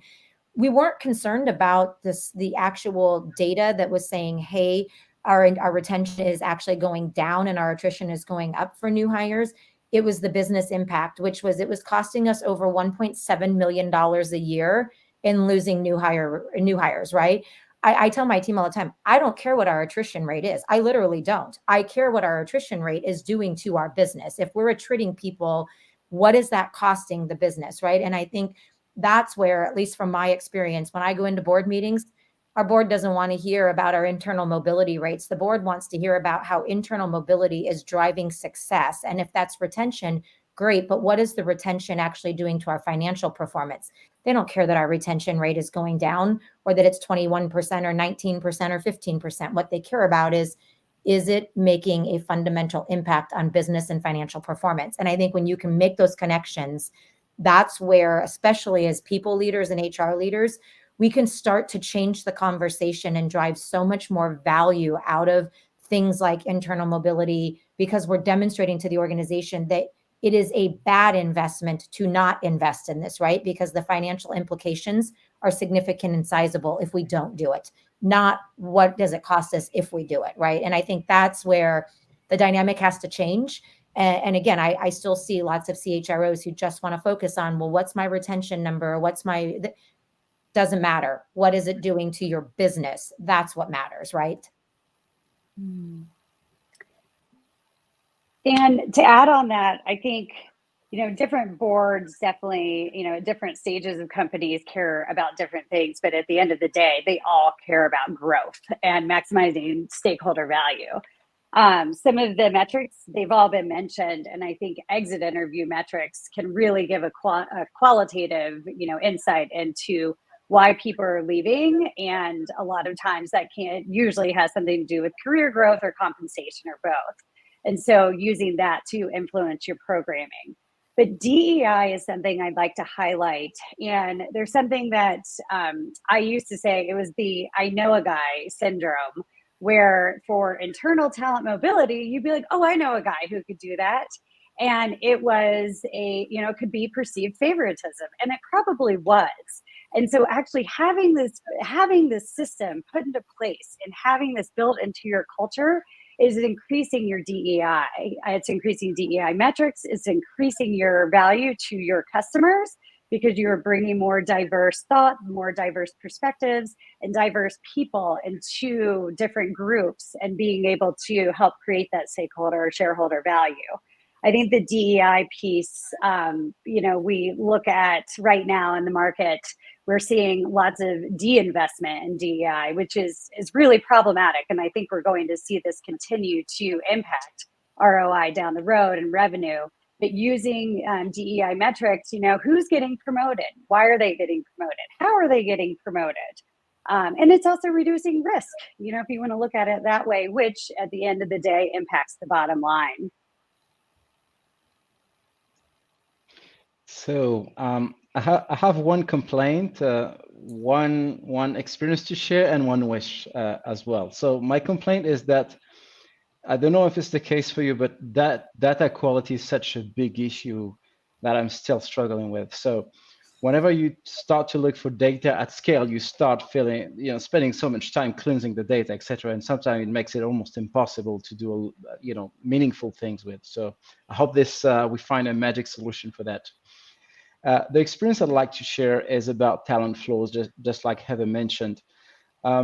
Sometimes we come up with trying ideas about how the talent flow should be and where people should move from and to, based on, comparison or proximity of some of the functions. And instead of trying to guess it, why don't you just look at your existing talent flows? You look back last 2 years, where are people moving from? And I remember doing this for the last executives in the last 2 or 3 years. And it was an eye-opener, because our executive board was under the impression that all our people were moving from manufacturing to the rest of the functions, and have been building these narratives. And I told them, look, this is the metrics from to of all the functions in the company. They realized that actually it was really different. And what we've done is I looked at the 3 functions that were sharing the most talent, and I call them, I think, the talent builders. And it was a way to recognize those 3 functions, which were building talent and releasing them into the business. And I also looked at the 3 functions that were attracting the most talent, and I would call this the talent magnets. And we got used to publish who were the talent builders and the talent magnets, and these were changing from year to year. So it became quite an interesting way to also not incentivize but encourage people to do more of. The last thing I have, and that's my wish when it comes to data, which is, how do we as organizations get to know the aspirations of our people? That's the piece of data I wish I had. Like, imagine you were able to understand all your employees and what they want, what they wish, what their aspirations are. I think that will be so much useful, because oftentimes we try to prescribe it and assume that, this is what we think is best for them, or these are just the business needs. But what about the employee needs? And if we could find a way, and there must be very simple ways to just understand people's aspiration at scale and use technology to really create some matching opportunities, I think that would be really amazing. So yeah, thank you. It really hurts so much to say that we are in the final 2 minutes of our conversation. And I will ask you a final question, and I will make it an open question, meaning, is there anything that popped up in your mind as we were going through the conversation and it felt very meaningful, but you didn't have a pocket to address it? So is there something lingering on your mind that you want to leave our audience with? Like one sentence, maximum 2 sentences that you want to leave the audience with, and we just didn't get to touch on that particular topic. I will let you take a few seconds to think about this. In the meantime, I will thank everybody for being with us here today. If you missed some bits of our conversation, or if you want to go back and take more notes or recommend this, you can find the recording either on our LinkedIn space or hackinghrlab.io. And then just let me know, give me a thumbs up when you're ready to go with the wrapping up sentence of today's conversation. All good. We will do this exactly as we started, with counterclockwise. And Sara, you go first. Good to go? I'm good to go. Okay, 1 to 2 sentences. So internal talent mobility is not only for enterprise-sized companies. I think that we often generalize that this is a fit only for enterprise-sized companies. This actually works at startups too. It might look a little different, but I'll stop there. Thank you so very much. Lisa. I will say this. Everything we've talked about today is not HR's responsibility. It's everybody's responsibility, and organizations need to start thinking like that. Wonderful. Heather. Ditto what Lisa said. And when it comes to internal mobility, really thinking about how much mobility is really required and when and at what level, and making sure that process also incorporates and looks at various DEI factors or dimensions, as well as those external factors, because I'm a person, and those personal considerations, what do I do outside of work? And that has to play a part in my decision for me and my family to make this big life-changing decision. Thank you so very much, Heather. And Sofian, close this one up. So if you think about assets, whether they are financial or physical assets, they are by nature losing their value across the time, right? The good thing with humans is if you do the right thing, instead of losing the assets, actually they gain value. And talent mobility is a way to actually increase the value of your human assets. So I really encourage everyone, if you're still not convinced, to give it a try. How wonderful. I can already feel an advocating campaign coming for an entire series on internal mobility and internal talent marketplaces. And thank you so very much, Sarah, Lisa, Heather, and Sofian. It was amazing sharing this conversation space with you. Thank you, everyone. And if we really enjoyed what we've been talking about, also please make sure you give a big, warm thank you to Jessa. She's always taking such amazing care of us. And this community would not be what it is without all these wonderful people backstage. So thank you, everyone, and looking forward to welcoming you tomorrow to another conversation. Thank you. Thanks, everyone.